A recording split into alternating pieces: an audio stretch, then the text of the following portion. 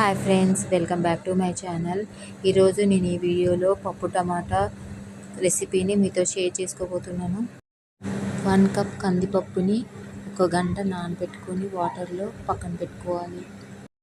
ఇంకా కట్ చేసిన టమాటో, మిర్చి, ఆనియన్స్, కొత్తిమీర అన్నీ రెడీగా పెట్టుకోవాలి. ఇప్పుడు 1 గంట నానబెట్టిన పప్పులో కట్ చేసిన టమాటోలు, మిర్చి, ఆనియన్స్, కొత్తిమీర, సరిపడా చింతపండు కూడా వేసుకొని, ఇంకా 1 స్పూన్ పసుపు, 1 స్పూన్ ఉప్పు, 1 స్పూన్ కారం కూడా వేసుకోవాలి. ఇప్పుడు కుక్కర్ పైన మూత పెట్టుకొని స్టవ్ వెలిగించి 5 విజిల్స్ వచ్చే వరకు కుక్ చేసుకోవాలి. పప్పు బాగా కుక్ అయిపోతుంది. ఇప్పుడు పప్పు తాలింపు వేసుకుందాం. స్టవ్ పైన బాండీలో ఆయిల్ వేసుకొని కరివేపాకు, ఎల్లిపాయలు, ఎండుమిర్చి, పోపు దినుసులు రెడీగా పెట్టుకోవాలి. ఆయిల్లో పోపు దినుసులు, ఎల్లిపాయలు, కరివేపాకు, ఎండుమిర్చి అన్నీ వేసుకొని తాలింపు వేసుకోవాలి. ఇప్పుడు ఈ తాలింపుని పప్పులో వేసుకోవాలి.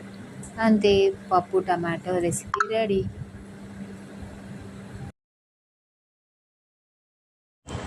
Please like and subscribe my channel. Thank you.